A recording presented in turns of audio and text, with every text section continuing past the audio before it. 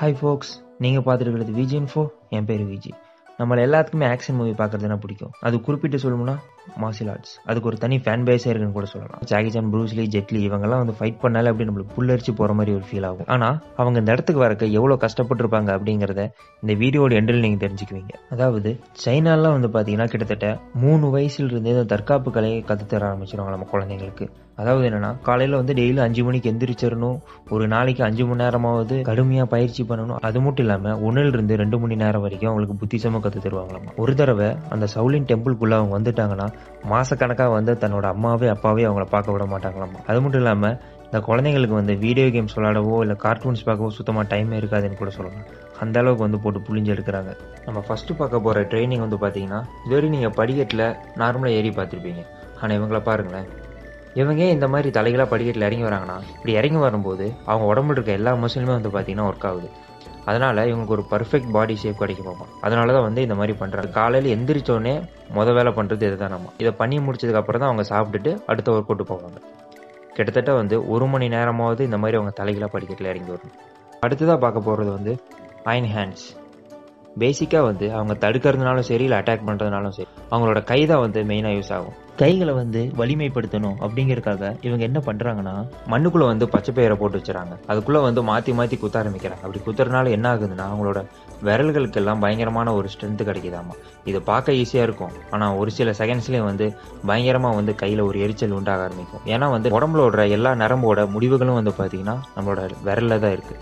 அப்படின்னா நினச்சி பாருங்கள், அது எந்த அளவுக்கு வந்து அவங்களுக்கு வலியை தரும். இதை வந்து அவங்க 1 to 2 மணி நேரம் வரைக்கும் இதை விடாமல் பண்ணிகிட்டே இருக்கணுமா. அது மட்டும் இல்லாமல் தண்ணியில் வந்து இவங்க மாற்றி மாற்றி தன்னோட கையை அடிச்சுக்குவாங்க. நம்ம எல்லாருமே வந்து தண்ணிக்குள்ளே தவறி கீழே விழுந்திருப்போம் வாழ்க்கையில் ஒரு தடவை. அது அப்போ வயிற்றுலையோ இல்லை முதுகுலையோ வந்து பயங்கரமாக அடி போடும். சும்மா செமையாக வலிக்கும் அப்படி விழுந்தோம்னா. ஆனால் இவங்க பாருங்கள், விடாமல் கையை மாற்றி மாற்றி மாற்றி மாற்றி தண்ணியில் வச்சு அடிச்சுட்டே இருக்கணும். இதை அவங்க தொடர்ந்து பண்ணிகிட்டே இருக்கும்போது ஒரு கட்டத்துக்கு மேலே அவங்களுக்கு வலின்னு என்னென்னு தெரியாமல் போயிருமாமா. அவங்க தனியாக கையில் ஒரு வெப்பன் எடுத்துகிட்டு போகிறக்கான அவசியமே இல்லை. ஏன்னா இப்போ அவங்க கையை ஒரு வெப்பனாக மாறிடும். அடுத்து வந்து பார்த்தீங்கன்னா சைனீஸ் வெயிட் லிஃப்டிங். இது பார்க்க ரொம்ப சிம்பிளாக தெரிஞ்சாலும் ஆனால் ஒரு கட்டத்துக்கு மேலே செமையாக வலிக்கும். ஜிம்லலாம் வந்து பார்த்தீங்கன்னா இதை தான் 4 ஆர்ம்ஸ்க்கான ஒர்க் அவுட்டு. அது மட்டும் இல்லாமல் இவங்க தொடர்ந்து அதை லட்சக்கணக்கானதாக டி பண்ணுவாங்களாம், அதாவது டெய்லியும். அடுத்து வந்து பார்த்தீங்கன்னா பேலன்சிங். நம்ம எல்லாருமே வந்து எப்போயாவது ஒருக்காவது தோப்புக்காரன்னு போட்டிருப்போம். அதே நீங்கள் வந்து ஒரு குறிப்பிட்ட பொசிஷனில் அப்படியே ஹோல்டு பண்ணி நின்னீங்கன்னா ஒரு கட்டத்துக்கு மேலே உங்கள் கால் கையில் வந்து பார்த்தீங்கன்னா நடுங்க ஆரம்பிச்சிடும். அதே சமயம் வந்து மரணமான ஒரு வலி ஏற்படும் அந்த இடத்துல. ஆனால் இவங்க வந்து பாருங்கள், மணிக்கணக்காக இப்படியே தான் நின்னாகணும். ஆனால் அது கூட கையில் 2 கையில் வந்து ஒரு மக்கில் தண்ணி ஊற்றி வச்சுருவாங்க. ப்ளஸ் தலைமையிலையும் வந்து பார்த்தீங்கன்னா ஒரு மக்கில் தண்ணி ஊற்றி வச்சுருவாங்க. தண்ணி எந்த அளவுக்கு கீழே செஞ்சதோ அந்த அளவுக்கு அங்கே வந்து பின்னோக்கி போகிறாங்கன்னு அர்த்தமாகும். அது மட்டும் இல்லாமல் ஓவராக அவங்க கீழே உட்காரக்கூடாது அப்படிங்கிறக்காங்க அடியில் என்ன வச்சுருக்காங்கன்னு பாருங்க. ஒரு கட்டத்துக்கு மேலே நீ லைட்டாக நீங்கள் கீழே உட்காந்தீங்கன்னா கீழே இருக்க அந்த இது குத்த ஆரம்பிக்கும் உங்களையே. அதுக்கப்புறம் ஆட்டோமேட்டிக்காக நீங்கள் மேலே ஏறி நிற்க வேண்டியதான். இதை வந்து அவங்க 3 to 2 மணி நேரம் வரைக்கும் இதே பொசிஷனில் நின்னாகணும். அடுத்து வந்து பார்த்தீங்கன்னா அயன் ஃபிங்கர்ஸ். உங்களுக்கு கை எந்த அளவுக்கு ரொம்ப பலமாக இருக்கணுமோ அதே அளவுக்கு விரல்களும் ரொம்ப பலமாகவே இருந்தாகணும். அதுக்கு இவங்க பண்ணுற டெக்னிக் என்னன்னு பாருங்களேன். ஏதோ சப்பாத்தி மாவை பூரி கட்டையை வச்சு ஸ்லைஸ் பண்ணுற மாதிரி இவங்க பண்ணிட்டு இருக்கிறாங்க. 2 ரோலர் வச்சு நடுவில் கையை விட்டு விட்டு எடுப்பாங்களாமா. அந்த வலியை தாங்கினா மட்டும்தான் அவங்க அடுத்த கட்டத்துக்கு அவங்களால போக முடியும். இதை அவங்க ஒரு கட்டத்துக்கு மேலே பண்ண அவங்களோட விரல்கள்லாம் வந்து மரணம் ஸ்ட்ராங்காகுமாமா. இது மூலிமா அவங்களால தலைகளை நிற்க முடியும், அதுவும் ஒரே ஒரு விரல் யூஸ் பண்ணி. நம்ம உடம்புல கொஞ்சம் டேஞ்சரான பகுதி என்னன்னா நம்ம கழுத்து தான். ஆனால் இவங்க அதை ஸ்ட்ராங் பண்ண என்னென்ன மெத்தட்ஸ் யூஸ் பண்ணுறாங்கன்னு மட்டும் பாருங்களேன்.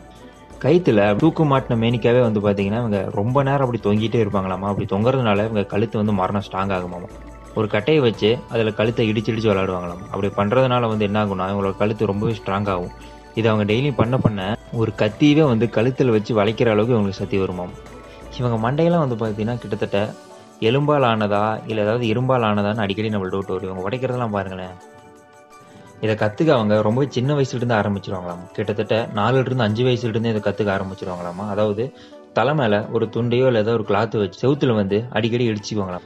அப்படி பண்ணுறதுனால அவங்க மண்டோட வந்து ரொம்ப ஸ்ட்ராங் ஆகுமா. இது வந்து குழந்தைங்களுக்கு மட்டும் தான்.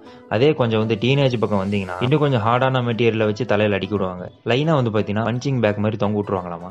அதில் இடிச்சு அவங்க தாண்டி முன்னாடி வரணும். அதுவும் அந்த அயன் ஹேண்டும் ப்ளஸ் இந்த இரும்பு தலையும் சேர்ந்ததுன்னா வேற லெவல் தான். அது மட்டும் இல்லாமல் இவங்க ஃபேமஸ் ஆனதுக்கு இன்னொரு காரணம் என்னென்னா, இந்த வீடியோ பாருங்கள். இதில் இவங்க என்ன பண்ணுறாங்கன்னா, கீழே வந்து உட்டன் போர்டால் செய்யப்பட்ட ஒரு போர்டு வச்சிடறாங்க. அந்த கத்தியோட சார்பான எச்சஸ் வந்து பார்த்தீங்கன்னா மேலே பார்த்துட்டு இருக்கிற மாதிரி அந்த கட்டையில் செட் பண்ணிடுறாங்க. அது மேலே ஒருத்தர் படுக்கிறாரு. அவர் மேலே இன்னொரு ஆணி படுக்க மாதிரி வைக்கிறாங்க. அதில் கிட்டத்தட்ட வந்து பார்த்தீங்கன்னா 100 ஆணிக்கும் மேலே வந்து அதில் அடித்து வச்சுருப்பாங்களாமா. இதெல்லாம் போதாதுன்னு அது மேலே இன்னொருத்தர் ப்ளஸ் அவர் மேலே வந்து ஒரு உட்டன் போர்டோ இல்லை ஒரு டைல்ஸ்கள் அந்த மாதிரி ஏதாவது ஒன்று வச்சு அதை சுற்றி வச்சு இன்னொருத்தர் அடிக்கிறார். ஆனால் இதெல்லாம் அவங்க செஞ்சு முடிச்சு அவங்க எந்திரிக்கும் போது அவங்க உடம்புல ஒரு சின்ன கீறல் கூட இருக்காது. இது எப்படி சாத்தியம்னு இனி வரைக்கும் யாருக்குமே தெரியாது. இதை அவங்க ரொம்பவே சீக்கிரட்டாகவும் வச்சுட்டு வராங்க.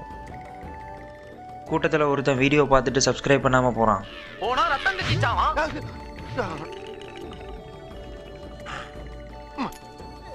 அப்படியே கூட்டமெல்லாம் கலைஞ்சு போங்க. இந்த பையனை நான் எடுத்துக்கிறேன். போங்க போங்க போங்க. எல்லாரும் போயிட்டாங்க.